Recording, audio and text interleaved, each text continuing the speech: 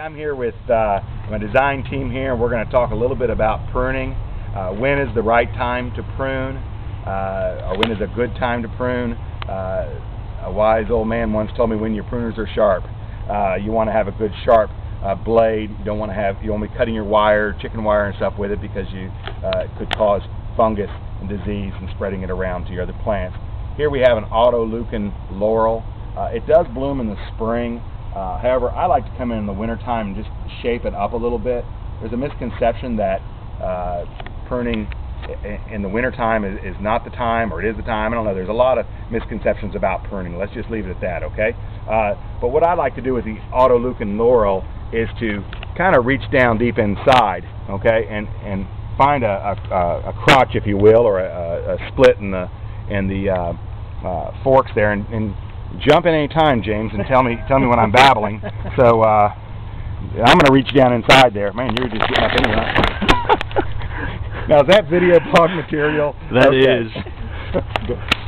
And my point here is this: that I'm going to go through here and selectively shape the tree up to get what I refer to as the oddball growth out of there.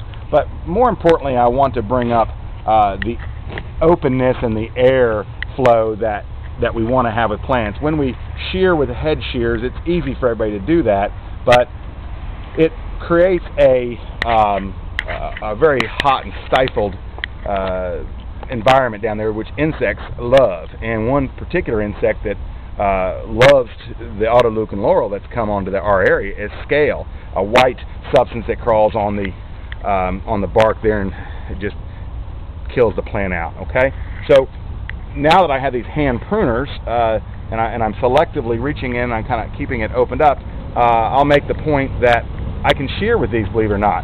It's not uncommon for somebody to take the head shears, and I'll do it for this example here, and just come through and tip the tops off like this. Okay?